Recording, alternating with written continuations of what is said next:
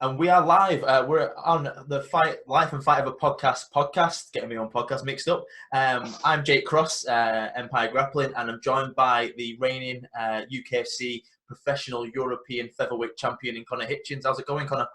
Yeah, I'm good, thanks. How are you, Matt? I'm good, pal. Can't complain. Obviously, with everything that's going on. Let's give everyone a background of you then, Connor. So, people that don't know you or maybe do know you, you're 23 years old. You're a professional mixed martial artist fighter now with a 6-0 record. You've literally, in the last 2 months, won the professional European title at UKFC. Yeah. You amassed a 16-4 amateur record and a ridiculous amount of titles. We were literally just listing them off just before we went on record.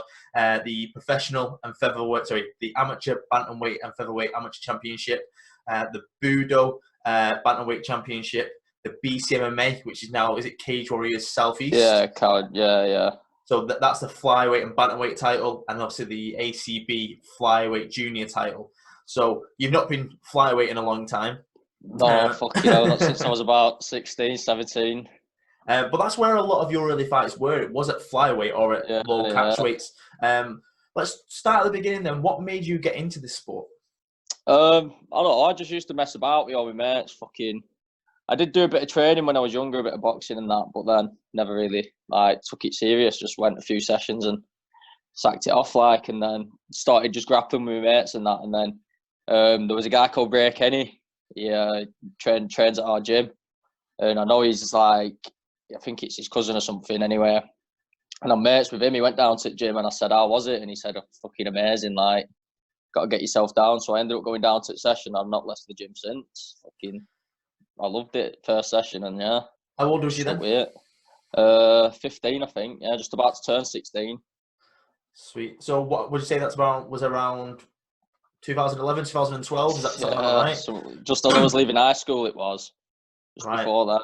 So I've been doing it a long time, At 23 years old, the now 26 fights, and that's just MMA. Obviously, we know you've done the grappling events. We know you've done sort of interclubs and stuff like that. You've done everything from beginning to end. I remember seeing you and what was Brandon's second name? Worrell. That was one of your first grappling comps, weren't it? Yeah, you literally had to go against him as well. Yeah, in the was it for bronze or something like that? You were both babies back then. That was like 2013 or something. That is a long time ago.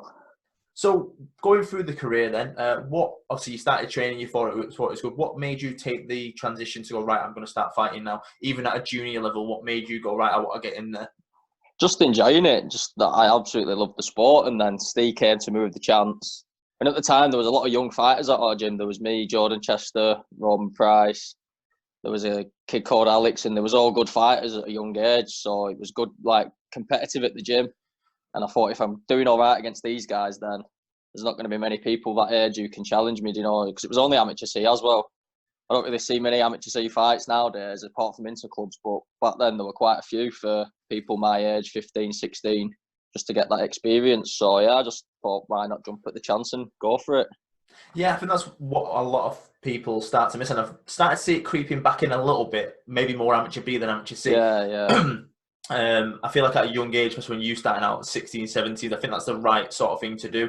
Maybe use shin guards if you have to. Yeah, definitely. I think Steve does it right. So people that don't know, Steve Nightingale at Reps MMA, that's your head coach. What was it about Steve that made you feel comfortable to fight under him and trust his direction for you as a fighter?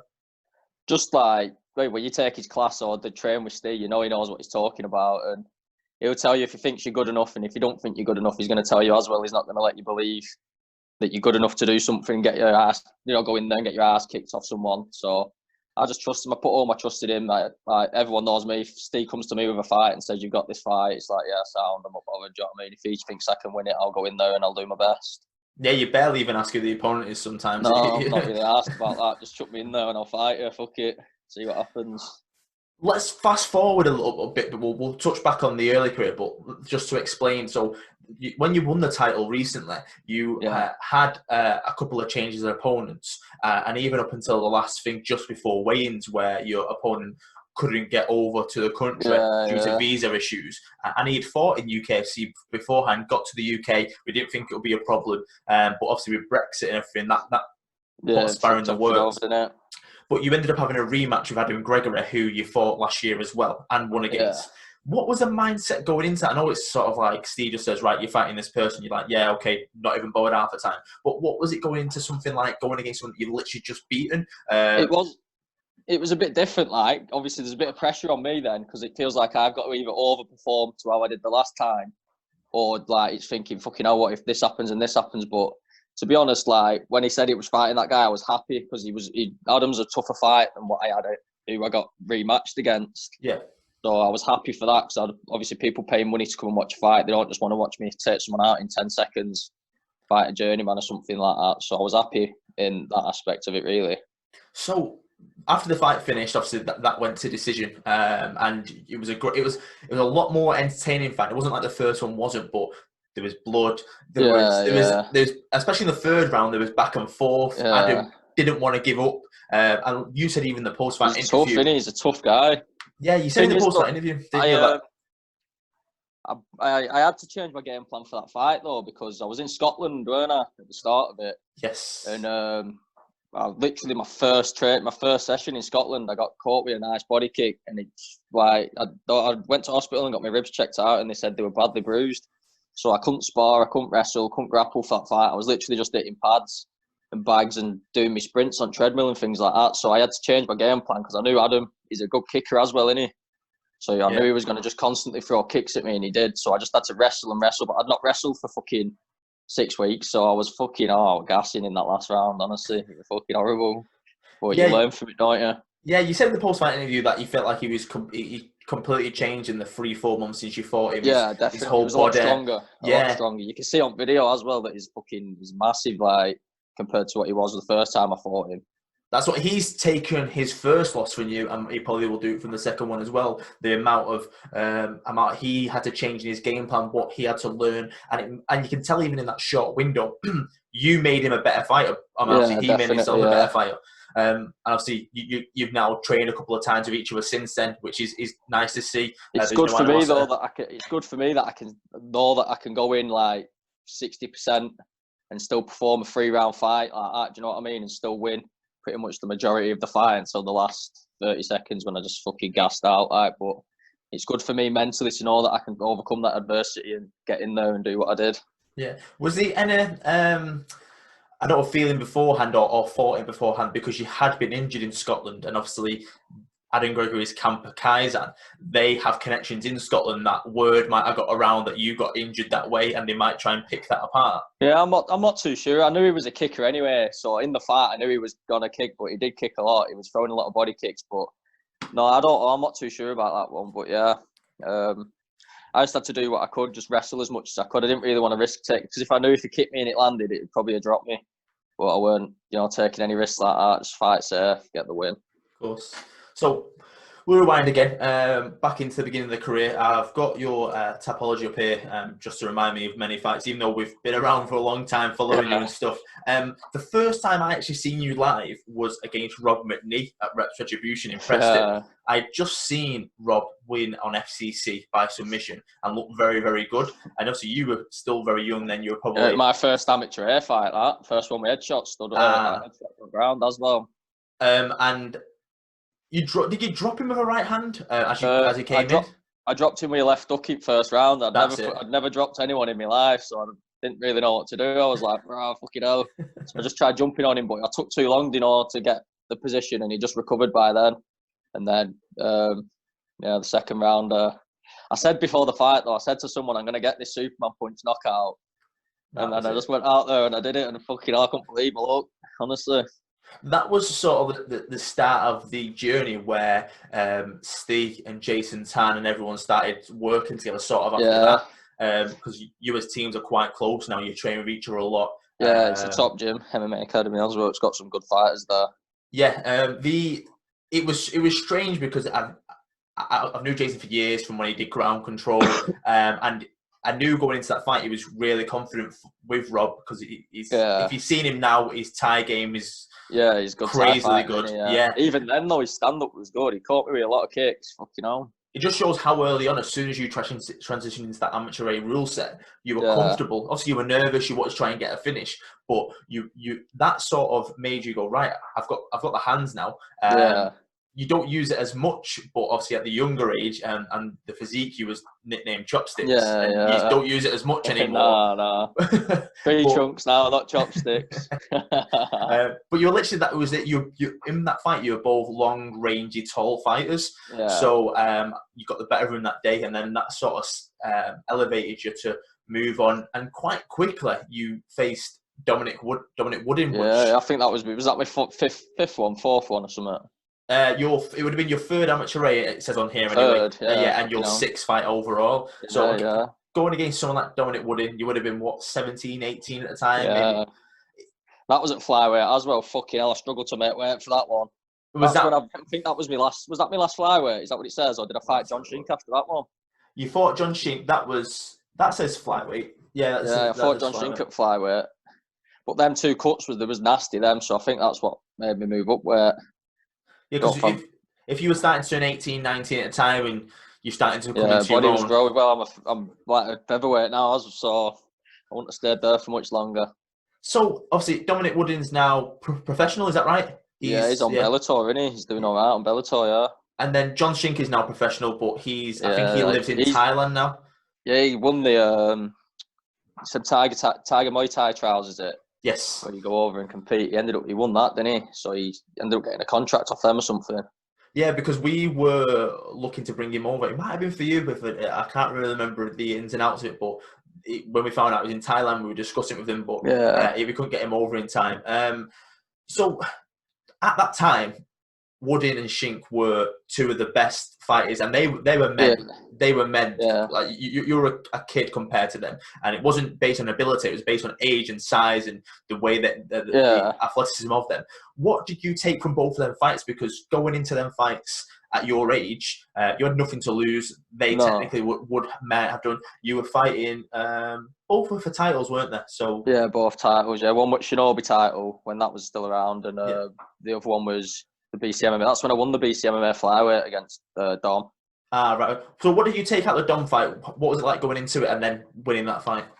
It was good. I knew that he had a lot of hype behind him. So for me, it was just wanting to get in there and prove I'm as good as all these people that have the hype behind them, to show I'm the best as well. He was a good kicker, but he's elusive as well. So different type, complete different fighter to anything I'd ever fought before with his stance and his kicks, and he was strong as well. But yeah, I just managed to get the job done. I knew what I had to do to win that fight, and it was getting past like what Dom's good at, like neutralising that, and then just using that to get the win, basically. Then you had what we said before, John Shink. You were 6-0 at the time. He was 4-0. It was in Shinobi. That was in Liverpool. We knew of John back then. He's a very, very good fighter. What was it like going into that? So on the high, and I'm presuming after the Dominic Woodin fighting, your infamous thing before and after every fight is number one. Yeah. After the Dom fight, in your head, after beating someone like that, you must have thought, right, I'm number one now. I want to be number one if I'm not. Yeah, definitely. Going against Shink, John Shink had just fought Dom Woodin before I beat him. He beat him, and then I beat him. Right. So that's what made that fight a good one, because we both just beat Dominic Woodin, and then we was fighting each other. So that's what made that one a good one. What did you take from that fight? It was your first loss. It's your only finish against you. Yeah. What was that? How did you take that afterwards? Took it a bit like shit. It was my own fault. But he obviously beat me on the night. He was the better man, but there was a lot of things I could have done differently, which would have helped me win that fight. Which I was like eating chocolate buttons with milk the week before the fight. Dieting. I was on like 17. Do you know what I mean? My diet's not going to be out special, eating Easter eggs and frigging chocolate all the time. And then I had like a lot of weight to lose, but I was winning the fight. The first, I'd say, I think, what round did he beat me in? Third? 3, yeah. Yeah, I'd say I was winning the fight up till then. But yeah, I just fucking couldn't keep up the pace. He put a good pace on me, and he ended up getting the finish. He's a good fighter, but I believe I could have won that fight if I did things right before it. Based on all the, which aren't many, losses against you, is that probably one of the fights you would want back, or is there any of others that you would want back? Yeah, he's only a small guy, isn't he? So I don't think he won't fight at featherweight anyway. I don't think he was like a flyweight, and he was old when I fought him, so I don't see him putting much weight on from then. After that. Who else have I lost to? Who else? So we'll touch on this as part of it, but we'll sort of reverse because my next question is about the IMAF. So your last loss was against Jack Maguire. That was Paloma Amateur. You lost against Shab Youssef. That was in the semi-finals of the IMAFs. Yeah. And then your secondary loss was Joel Moyer Shodanovs. When was that in the IMAFs? Was that semis as well? That was in Birmingham. That yes, the that's Europeans. Right. I'd like that fight. I'd fight him. Because that was at featherweight. I was a bantamweight at that time, but I did the featherweight obviously because the IMAF it's the same day weigh-ins, isn't it? Every day. Yeah, he was just stronger than me. Just whenever he got older than me, I couldn't really do much against it. To be honest, he was just a better fighter on the time. So, what was it like going into the IMAFs at a young age? So, in the March, you made your first loss against John, and then you had a few months off, and you returned for Birmingham in November, and you had 3 fights within 3 days. So, you beat Philippe Coutinho, then you fought, I'll try and pronounce this, Bajar Gulogson, perhaps you Nordic or something like that. And then 3rd day in a row, you've made weight, and then you fought Joel Moyle. What was it like going into a mindset of that, having to make weight every day, fighting back to back? And you're a natural born fighter. You're a very gifted athlete. Everyone can see that, but that must be tough, not only physically but mentally as well. How was it for you? It's definitely tough. But I thrive off that stuff. Do you know what I mean? Something that's mentally challenging. That's what I live for. You know, to challenge yourself and think, "Fucking hell, this is going to be hard." That's what you need. You can't have something where you think, "Oh, I can't be arsed doing this." There's no motivation behind it. Then, do you know what I mean? You're not going to perform to the best. So doing something like that, I think most amateurs should do it. Definitely, or it's like something like that where there's a goal. Or like if you check my record, I only fought the best amateurs really. Like, 100%. That's what I mean. I didn't fight any. Like you get these amateurs nowadays taking all these easy fights. They're going to get to pro level, fight these tough pros, and they're going to think, "Fucking hell, I'm not used to this." Whereas I've been in there already. I've done 5-round fights as an amateur, and I've experienced all that. So definitely, it's like if you want to turn pro and be successful, I think you need to do things like that. If you see like Mokaev, he's like 20-0. Do you know what I mean? He's got a lot of fights behind him. There's not many amateurs like that. I had 20 fights behind me as an amateur. Now 6-0 pro, so it goes to show it works, getting that experience. Definitely. So after the IMAFs, that was it for 2015. Then we move into 2016. You got back in the win column against Christopher Dar. That was on BCMMA. And that was a tough fight as well. That was February 2016. First bantamweight fight, that I think. Yeah, that's where you won their bantamweight title. So that was your first time becoming a double champ for an organisation, and still at a young age. Did you go in the mindset of wanting to be a double champ? Was it about the belt? Was it getting back into the win column? What was it for you back then? Just get the win. Yeah, just get the win and move on. Just all experience in it for pro. It does mean something winning belts at amateur. Do you know what I mean? It is a good feeling, but it's more just get the experience in. Then we move on to back then anyway, and I'm not saying he's not anymore, he just doesn't fight as much. Danny Sturck was probably one of their best amateur. Yeah, he was the ranked number one. When I fought him, he was the ranked number one amateur at bantamweight. Yeah, and you fought him on Budo. Was that in Bolton? Yeah, on Budo in Bolton. Yeah, and that was a 5-3 rounds. First time going that far the distance. What did you take from that fight, knowing you're fighting number one, knowing you're fighting for a title, and knowing you probably will fight for 15 minutes? Same again. I was a bit challenged. Do you know what I mean? Just trained my ass off for it, and if you watch the fight, I made it look pretty easy. To be honest, no disrespect, but yeah, I made it look pretty easy. And then what round was it? Was it second round, third round? I think I just made it like third round. The fight, you just went under the pressure really and give me the choke. Yeah, rear naked choke, 2 minutes 9 seconds of round 3. It's got on here. I've literally remember little snippets of each fight, what I can see who you're going against. The biggest one that I can remember, and that was because it was probably the first UKFC, was for the bantamweight title against Daniel Grayson. That was an amazing fight, and you did dominate that one as well. But it was a kid that didn't want to give up. But against your intensity, your pressure, your experience, and your mindset, I think that's what made it such a decisive win. Yeah, definitely. What was it like fighting in the Guildhall for the first time back then against someone like Daniel Grayson? Yeah, it was quality. Obviously, it's my hometown, and Preston, Guildhall. It's probably one of the best venues there is. Like, especially for an amateur show, better than most pro shows, to be honest. Isn't it? So walking out there, I had a lot of fans there as well, and then to win a belt in front of everyone who I know, like, it was a good feeling. Then we go on to take 2 of the IMAFs. So that was the World. Was that in Vegas? Yeah, Vegas. So you flew out to Vegas. You had a lot of support behind you from there. You had sponsors looking after you to make sure at a young age that you could get out there. So with the IMAFs in 2016 in Vegas, what was it different? Obviously, fighting in Birmingham, you're still in England. It doesn't really feel like you're out of the country. What was it like going over to Vegas for a championships? The Vegas one was amazing. The week before that, me and Steve went over to LA for a week, and that was amazing. That was there with he's called Pete.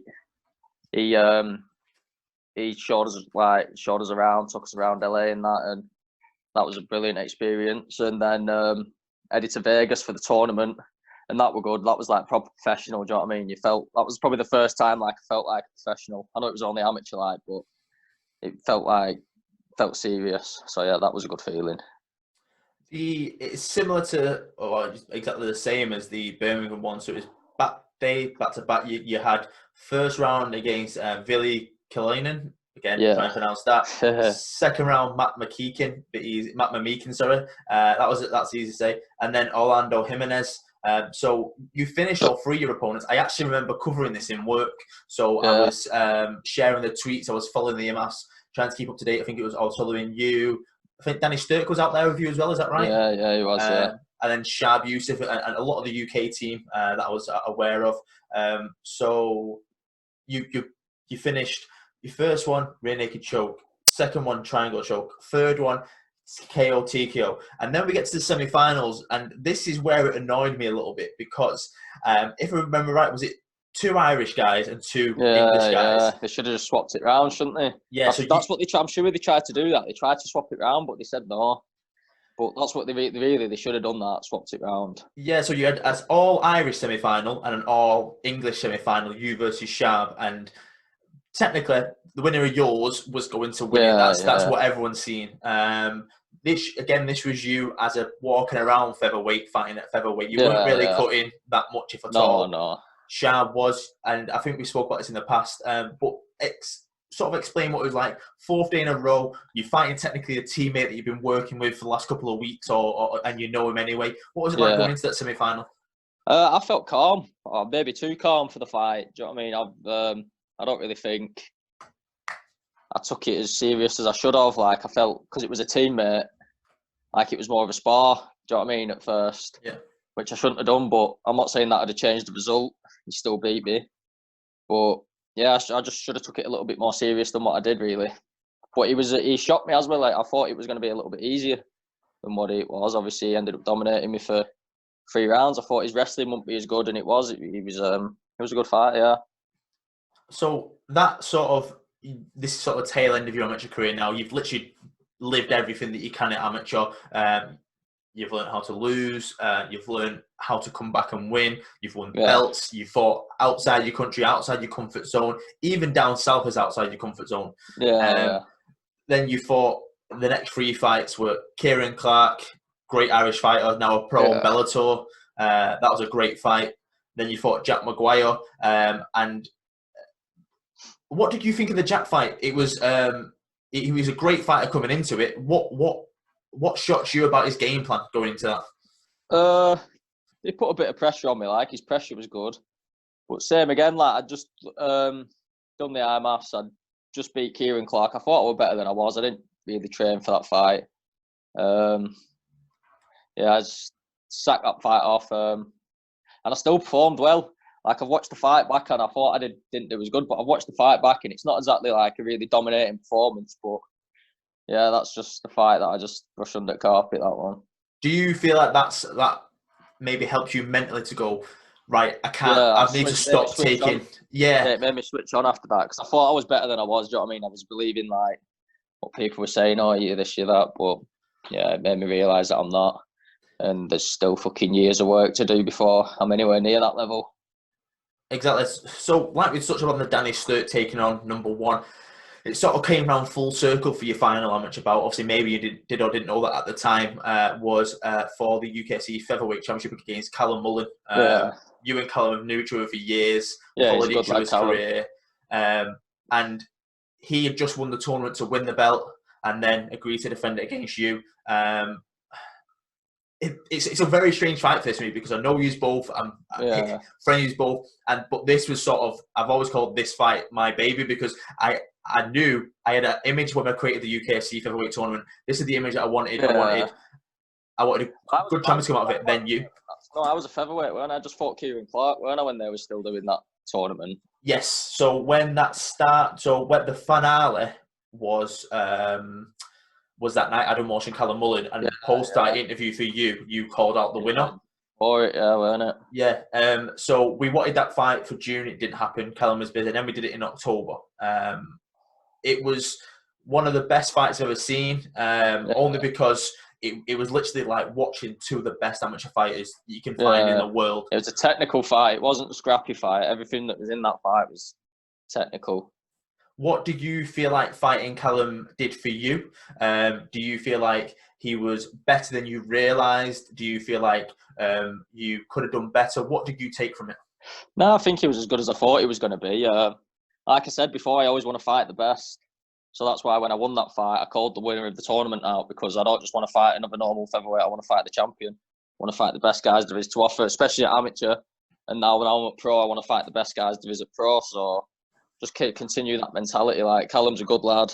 He's good stand-up, like proper good ground game. He's all-rounder. He's an all-round MMA fighter. Do you know what I mean? So I knew no matter where the fight went with him, it was going to be like very technical, and that's what it was.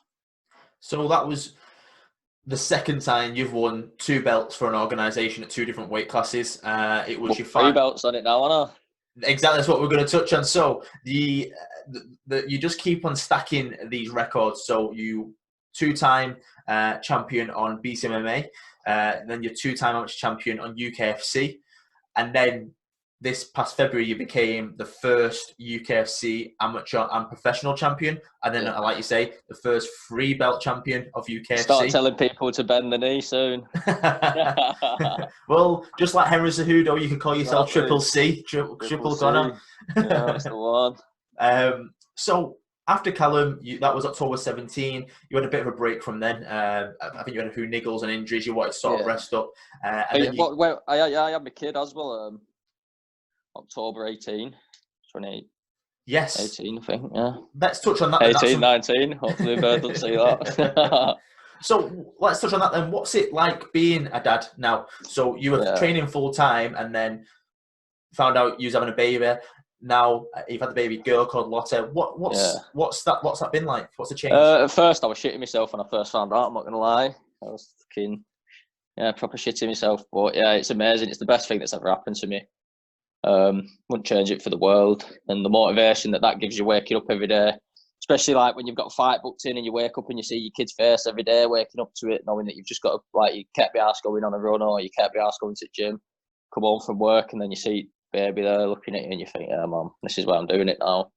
Do you feel like it's taking you mentally to the next level? Yeah. I'm not doing it for me anymore. This is for like my little family that I've got going, so that's why I'm doing it.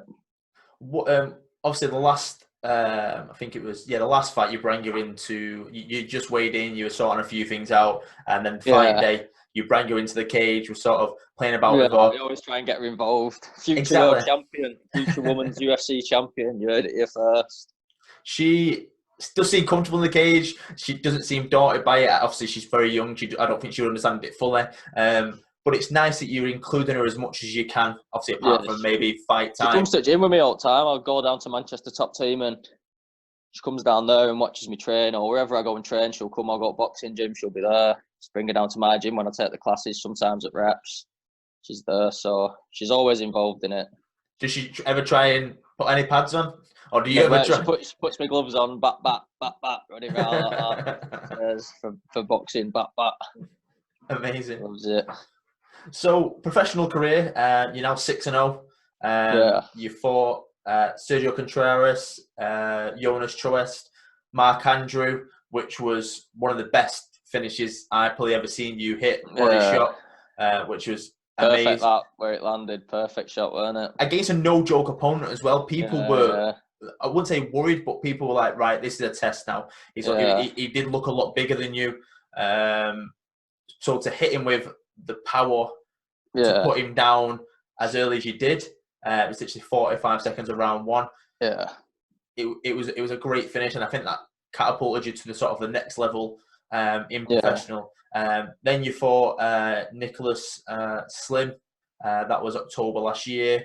Then obviously the back-to-back Adam Gregory fights with a few cancelled fights in between. Where do you feel like you're up to now? Obviously, we're in lockdown. Everything's sort of gone out the window for what plans were over the next few months. But if lockdown wasn't happening, what was your aim going forward? I'd definitely have fought this month, maybe last month. I wanted to have a fight basically every other month this year. Nice. Until I got signed to, obviously the goal's the UFC. That's where I want to end up. But we'll see where I end up. There's a few fights that I wouldn't mind having. EFC Featherweight World Championship fight. I'd take that. I think I'd take him out. I think I'd finish that fight.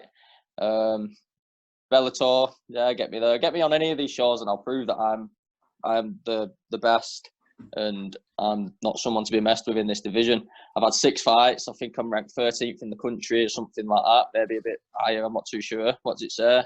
16th or something. 16th. And 16th. After 6 fights, that is incredible. After 6 fights, ranked 16th. So I'm not messing around. Any of these featherweights above me, if they want to get it on, let's get it on. I'm not bothered. Yeah, like there's some crazy. I'm literally looking at the rankings now based on typology. Obviously, each ranking's probably different, but you've got Camels, Dean Truman. These are all fights that I'd be game for taking as well, especially that number 1 spot. That's what I'm coming for. Saranbak, who give me that fight. Give me any of them. Honestly, it's good to hear that you again, even now you're pro, you want that number 1 spot. You're going to fry for it. So there's nothing to be scared of, is there? Do you know what I mean? Just get in there and have a fight, see how it goes. I want world championships and I want money. I'm coming for it all. So obviously the EFC title. Who's the champion out there now? Is it Kabasa? He's called Kabasa, I think. That sounds right. So he's. I think he's got a good record. He's like 12 or something. I think his last loss is to like Danny Emery. Is it? That sounds right. Yeah. Danny Emery from. He was at the gym where I've just trained. Scotland. Higher level MMA. So his last loss is to him. But I think I could take him out. Give me that fight, and I'll show you what I can do. There was already Carolina. She's gone there. She's took out. She's the champion. Jake Hadley went out there. He became flyweight champion. Yeah. And now there's another fucking English guy that's going to go over there and he'll take out the champion. So, how's the lockdown affecting you? Not being able to go to the gym and train, like you say, the mindset when you wake up to Lottie every morning, you think, right, it's game time. Let's get back on the run or in the gym. What's it changed over sort of last 4 or 5 weeks for you? Nothing's changed. I've been doing. There's a guild wheel around Preston. It's like 25 miles bike ride, so do that twice a week if I can. Got some weights from gym off Steve, so I've been doing circuits at home. I've got a punch bag in garden. I can't run at the minute because my shins are a bit dodgy, but other than that, I'm getting everything else in that I can do. So if you're keeping as active as possible and keeping sort of your body there, what about mentally? Because being at home for long periods of time, it's not really good for anyone. But as a fighter, especially when you've got a baby, it's not. I'm happy to do like 25 mile bike ride every day. Honestly. So, what are you doing to keep yourself mentally sane in relation to? Are you doing anything else to keep yourself busy? Like for myself, I'm doing these podcasts and I'm trying to keep as active as possible, especially on the mental side. Are you doing anything else apart from training? Not really, just walks and things like that. It's going on walks, taking kid out and getting out and about with some fresh air. So we can do really till all this blows over, innit? So You said before we went live, so you're a gamer. So what do you play? I've been doing that as well. Yeah, bashing PS for a bit Fortnite and FIFA. That's been taking up a lot of my time. I'm the same, but I've got an Xbox One. I'm not the best at FIFA though. I only started playing it because of lockdown. I've probably not played it in 4 or 5 years. So you're a gamer in your spare time. Is it anything that do you watch? Or have you been watching more TV like Netflix? Obviously, I watched the Tiger King. Literally everyone I've interviewed says this. That though, haven't they? So have you finished it? Yeah, She Murdered Her Husband. Carol Baskin, fuck you. Did Joe plan? He got set up by Jeff? And Carol Baskin. They'll set him up. What do you think? Exotic. Yeah, what do you think of the? I don't know if you've seen it. The conspiracy theory that Jeff is the first husband. It looks like him, doesn't it? It does, doesn't it? It does look like him. They've got an argument there, honestly. Get that to court. They did a bonus episode. I don't know if you've seen it yet. That came out on Sunday. I've not seen that one yet. No. It's just a recap interviewing some of them. What's been happening since? My mate said that they were just basically bad mouthing Joe for the full fucking episode, like making him seem like shit. Yes, it was the only person that sort of backed him up in a little way was the one with no arm. Yeah, that's what they said. Yeah. Which he now likes to be known as a man, but the Asta did it bother that they kept on referring as a she, but that's a different conversation. But the craziest thing for me, obviously, he was crazy anyway, Joe. Even if he didn't do it. Meth and tigers. That's what you want in life. How mental was it that the girl guy that they got their arm bit off and then was like, yeah, I'm not bothered. And went back to work straight away. I would have lost my mind. I'd have put a fat claim in anyway. Yeah, that was not even on their mindset. Nah, screw that. Straight back in there. I wouldn't even give him a pinky, never mind my arm. Screw that. Is it any music you're listening to at the minute? Anything that you do on your bike ride or running? Not a big fan of music, to be honest. Obviously, I'll just bang some on if I'm on a run, like. But yeah, I'm not really a massive fan of music. Don't really bother me. Can go days without listening to music, man. No, I'm the same. I'm not a massive music lover. I've got a couple of mates that throw albums at me, and I listen to one song and I'm bored. I'm hopefully after about next 3 weeks or a month or something, all this is fucked off and can get back into the gym. I'm not asked about pubs or clubs or food places open. As long as you can get in gym and train or something like that, you're all right, aren't you? Yeah, I think there's some sort of what was it now? Like, what would you want back? And to me, it was the gyms. Bring back sports to something to watch, UFC, football, whatever it is. Because you're a football fan, aren't you? Yeah. So you're a United fan. I hope they don't start the season again, though. Yeah, no, I agree. Yeah, but I hope they don't start the season again. Fuck that. End it. Void it. Don't let Liverpool win it. Fucking hell. It's because of Igalo. We bring him over to bring the virus over. So, all my mates are Liverpool fans, though. So you just want to rub it in the wounds. Yeah, honestly, I fucking hate it. I hope they don't. I hope they void it. Honestly, that'd be the best bet. Imagine voiding it and they never won it for another 30 years. That would be mental. Perfect. So we basically touched on everything. I'm going to fire a few 10 quick questions to you. Don't want you to think about it too much. I just want you to give an answer. Even if you don't do any of these, just think about an answer. Yeah, what would be your answer? So, ketchup or brown sauce? Ketchup. Mayo or sour cream? Oh, sour cream. City break or beach holiday? Beach holiday. You've already answered this one. Unless it's Amsterdam. You've already answered this one anyway, but you might change your mind. Xbox or PS? PS. Fork in left hand or fork in right hand? Fork in right hand. Weirdo. Shower or bath? Shower. Gi or no gi? No gi. Submission or KO? Submission. War or a quick finish? Quick finish. And the last one, which has been an infamous question for a long time, Anderson Silva or GSP? GSP. Nice and one. I think I do use my left hand, actually. I thought about it. That's only because I called you a weirdo. Thanks for that, dude. Go on. Just before I let you go, then I know you've got a great following and sponsors and stuff. Anyone you want to give a shout out to? Just my family, my girlfriend Becky, Miller's Taxis, Emmanuel Club. There's Pete Marquis, Renovate Construction. There's a lot of people I want to thank. Everyone who's just helped me along the way while I've been doing this for now, but this is on the beginning. And if there's any featherweights that want it with me and you've watched this interview and you're not happy with what I said, do something about it. So if people want to follow you and your career going forward, are you on Instagram? Any social media that they can follow? Yeah, follow me on Instagram. It's at Connor Hitch MMA. Yeah, that's it. Don't really use anything else. Don't use Twitter out. I'll tag that in the bio when I post this for you, Connor. But appreciate your time, pal. Stay safe and keep active. Thank you for having me. Nice one, dude. Sound.